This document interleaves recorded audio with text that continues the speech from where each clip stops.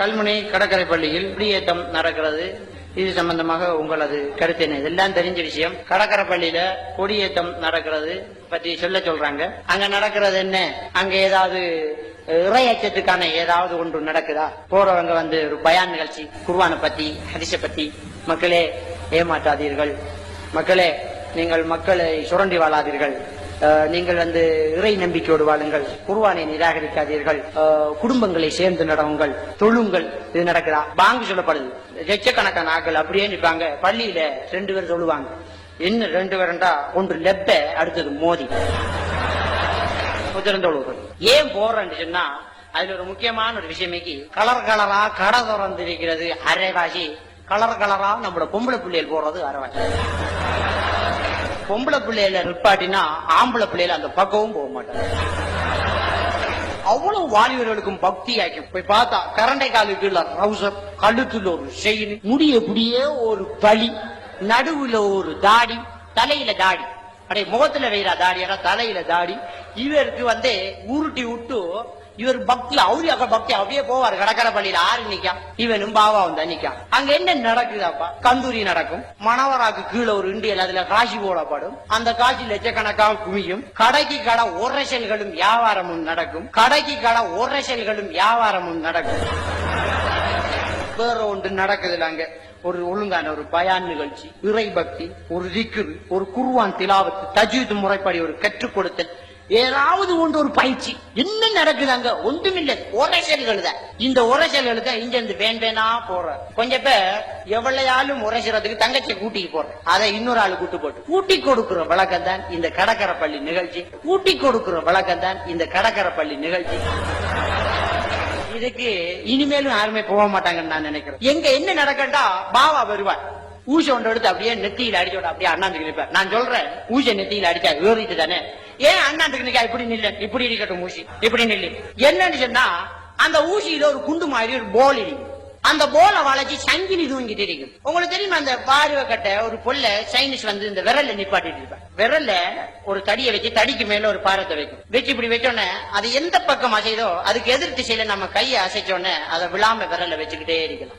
நெத்தியில சதை கிடையாது, ஊசி வர அளவுக்கு சதை. யாராவது ஒரு டாக்டர் இங்க வாங்க, உங்களுக்கு நெத்தியில ஒரு இன்ஜெக்ஷன் அடிக்கணும், அடிப்பானா? ஒரு சரித்திரம் இருக்குமா? சந்தில அடிக்கலாம், தொடையில அடிக்கலாம், நெத்தியில சொக்குல இன்ஜெக்ஷன் அடிக்கலாம். இதெல்லாம் மண்டை எலும்பு. இதை தாண்டினா ஹார்ட் டிஸ்க்ல பட்டுரும், மரம் முடிஞ்சிடும் கதை. இப்ப அந்த ஊசி என்ன செய்யறாருண்டா, நெத்தியில வச்சு இப்படி ஓங்கி கொண்டு நேஜா வைக்கிறேன். பாவா நீங்க வைங்கோ, நாங்க ஓங்கி அடிக்க மாட்டோம். ஓங்கி ஒரு அடி அடிச்சா அதோட அவர் அந்த நிகழ்ச்சிக்கு வர மாட்டார், கபூர்ஸ்தானத்துக்கு போய்த்துருவார். அவர் அப்படியே வச்சு ஓங்கி மெதுவா ஒரு அடி, ஓங்கி மெதுவா ஒரு அடி அடிச்ச உடனே இப்படி அண்ணாந்துருவார். அண்ணாந்த உடனே இந்த குண்டில இருந்து சங்கிலி வளைச்சு தூங்கும். இந்த ஒவ்வொரு சங்கிலியும் சம அளவான பாரம் கொண்டது. அது எல்லா திசையிலையும் ஒரே அளவான இழுவையில இருக்கிறதால அந்த ஊசி கழியாம நிற்கும். பாவா நெத்தியில ஏற்றுறதுக்கு முன்னால இங்க கொண்டாங்க பாவா, அந்த ஊசி எடுத்து இப்படி விரல்ல வச்சா சும்மா விளங்கிட்டா. சரி நெத்தியில ஏத்திட்டு சரி இப்படி நிக்கணும்னா தலைப்பாரன் கூட பானுகள் ஏறிட்டு தலைப்பாரன் கூட, சரி தலைப்பாரன் கூட அண்ணாந்துக்கு சும்மா நில்லு, ஏன் இப்படி ஆள்றாய்? இப்படி உள்ள விடாம ஆட்டுவார் அவர், உள்ள விடாம ஆட்டுவார் அவர். இது கராமத்து நடக்குது. மற்ற சதையில ஏற்றுறதெல்லாம் உண்மைதான். இந்த சதை இழுத்து ஏற்றுறது, இந்த சொக்குக்குள்ளால ஏற்றி இந்த சொக்குக்குள்ளால அப்படியே வெட்டை கிடக்குறது, இதெல்லாம் உண்மை. இவ்வளவு பெரிய ஊசி ஏற்றுறான் டாக்டர்.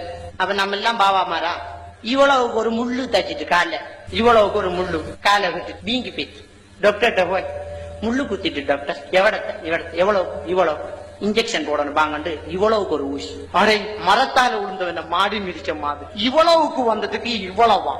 இவ்வளவுக்கு ஏறினது பழுத்து போயிருக்கு, இவ்வளவுக்கு ஏறினது தடமும் தெரியலண்டா. இவ்வளவுக்கு ஏறினது ஊத்தையோட இருக்கு. அதுல நோய் பாக்டீரியாக்கள் ஒட்டிக்கிட்டு இருக்கு, அது நமக்கு ஒத்து போகல. இவ்வளவுக்கு ஏத்தின ஊசி சுத்திகரிக்கப்பட்டிருக்கு, அதை எவ்வளவுக்கு ஏத்தினாலும் ஒன்றுமே ஆகுறதில்லை, அது காயமரிக்கிறது இல்லை. பாவா மாதிரி ஏற்றுற ஊசிய வேண்டி எடுத்துட்டு இந்த கம்பியை ஏத்தி காட்டுங்க பாவாண்டா, அடுத்த அண்டைக்கு அவர் பெண்டேஜ் கட்டிக்கிட்டான். அவ்வளவு கரல் அதுல இருக்கு. பாவா மாறி இருக்கிற ஊசிய சுத்திகரிப்பான போய் பாருங்க. சீலையால துறைச்சி, ஓடிக்குளம் போட்டு துறைச்சி, நெருப்புல அப்படியே பிடிச்சி எல்லாத்தையும் சுத்திகரிச்சு போட்டு இன்னொரு நோய் பாக்டீரியாவை எடுத்து ஒட்டுவேன். அந்த பெரிய பாபா வாய்க்க வச்சு ஒரு குடி. பெரிய பாபாக்கு ஏச்சு நான் பாத்துக்கிட்டா மத்த பாபா எல்லாம் தப்பிடுவாங்க. நடந்துச்சு முழு பேருக்கும் வயசுதான் பாபா. அப்படியே ஓட்டி அங்க தொட்டு ஊசியில் ஒரு தடவை. இப்ப சுத்திகரிக்கப்பட்ட ஊசை அந்த செவுக்குள்ளால செவக்குள்ளால எடுக்கிற நோகும் ஒன்றுமாகாது. அதே பௌத்துக்குள்ளால நெஞ்சுக்குள்ளால ஏத்தலாமா? ஈர கொலையில அடிச்சு ஏதாவது ஒரு பாவா இந்த முதுகுல ஏத்து இதுக்குள்ளால விரட்ட வேண்டும். ஒரு பாவாவை காட்டலாமா? இதுக்குள்ளால ஏத்தலாம், இந்த சொக்குக்குள்ளால ஏத்தலாம். இந்த கண் பூர்வத்தை இழுத்து கண் பூர்வத்துக்குள்ள கண் மாணிக்கத்துக்குள்ளால ஏத்தினா இப்படித்தான் போகணும். அப்ப நம்மள பொம்பளை பிள்ளைகள் எல்லாம் பெரிய பாவா. ஏன்னா காதுல ஏத்தின ஊசை இன்னும் கலட்டல் பெரிய பாவா. அப்ப இந்த கராமத்தை இது ஒரு கராமத்தா பரவக்காவாடி ஆறான் நீந்து முதுகுல கங்குச போட்டு இத கொளிக்க போட்டு ஆளை தூக்கிட்டு போறான்.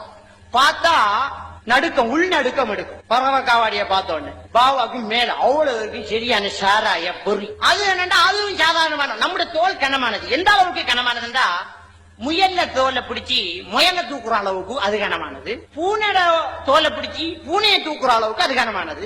மாட்டு தோலை பிடிச்சி மாட்டை தூக்குற அளவுக்கு மாட்டு தோல் கனமானது. அந்த பாரத்தை துவாங்குற அளவுக்கு தான் அது அதுக்கு தோலை பிடிச்சிக்கான நிறைவு. மனுஷன் தோல்ல ஒரு கொலி இழுத்தா பியாம மனுஷன் தொங்குவான். தோல் கனமானது. நம்மளோட தோல் கனமானதா? நம்ம கல்லு பட்டு உறைஞ்சு பரலாம் பீத்தோல். முதுகுல இந்த சதையை பிடிச்சு இழுத்து ஒரு ஆளை தூக்கலாம். நம்மள பாரத்துக்கிட்ட மாதிரி நம்மட தோல் சின்ன பிள்ளை பாரத்துக்கிட்ட மாதிரி சின்ன பிள்ளை தோல். ஆள் பெருக்க பாருங்க தோலை பார்க்க அமைக்கும் கன மாதிரி. அப்ப இந்த தோலை ஊசை ஏத்துறது எப்படி ஏத்துறோம்னு சொன்னோன்னே வேதனை வராம ஏத்துறதுக்கு ஒரு முறை உண்டு. அத யாருக்குமே செய்யலாம். எப்படி சொன்னா ஒரு மனதுல ஒரு நம்பிக்கை ஏற்படுத்தினா இந்த இடத்துல உங்களுக்கு இப்ப நாங்க ஏத்த போறோம் உங்களுக்கு நோவாது என்கிறத ஆழமா பதிய விட்டா நோவாது. உங்களுக்கு தெரியும் டாக்டர் கோவூர் என்ற ஒருத்தர் இருந்தார். அவர் செத்து போயிட்டார். அவர் மட்டக்களப்பு. அவர் மூட நம்பிக்கையை எதிர்த்த ஒரு மனுஷன். அல்லாஹ்வை ஈமான் கொள்ளல, ரசூலுல்லாஹ்வை அவர் நம்பல. ஆனா மூட நம்பிக்கையை பயங்கரமா எதிர்த்தார். இவர் இந்த பறவைக்காவாடி ஆட்டத்தை குடிச்சுக்கிட்டு ஒரு சின்ன பையனை கூப்பிட்டு முதுகுல போட்டு இப்படி இழுக்க சொல்ற. அது எப்படின்னு சொன்னா அந்த பிள்ளை கிட்ட சொல்றாரு, அது ஒரு ஹிப்னாட்டிசம் என்று கூட சொல்லலாம்.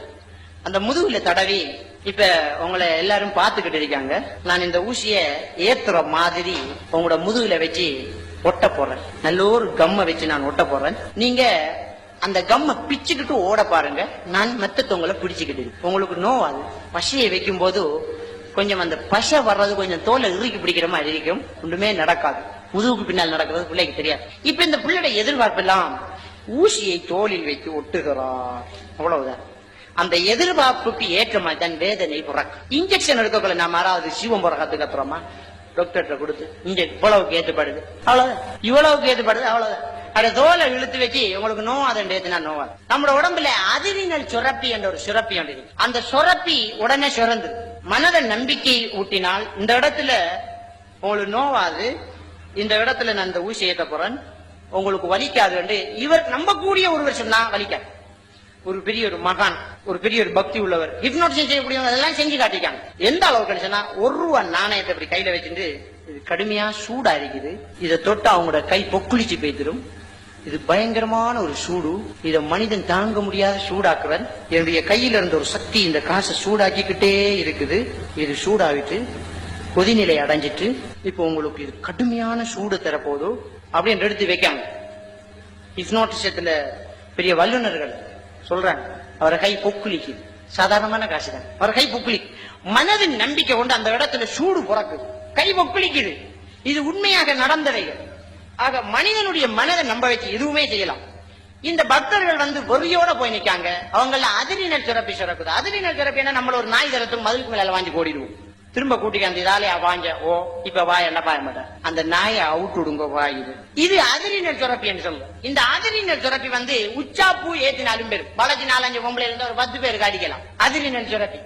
மற்றது ஒருத்தர் நம்பிக்கை ஊட்டி உங்களுக்கு ஒன்றுமே ஆகாது, நீங்க தைரியமா திரும்பி நில்லுங்கோ, உங்களோட முதுகுல ஏத்துல சும்மா ஒட்டுறன் அப்படின்னு சொல்லிட்டு ஏத்துனா நோவாது. இதுதான் இந்த காவடி ஆடுறது. பாபாக்களை நம்பி காணிக்கைக்கு போய் காணிக்கை கொடுத்து போட்டு ஊசை ஏத்த சொல்றேன், கிடையாது காசையும் கொடுத்து ஊசையும் ஏத்த சொல்றேன், போய் ஏத்த சொல்லணும். அது நோவா, பாபாவோட துப்புனி பாட்டு இருக்கு, நோவாத நினைச்சுக்கணும்டா நோவாது. நோண்டாலும் கத்த ஏலாயே, 7-8 குமர்கள் வளைச்சு நிக்காளு, கத்த ஏலா. ஆக இந்த கூத்துக்கள் தான் இந்த கடற்கரை பள்ளியில நடந்துகிட்டு இருக்கு.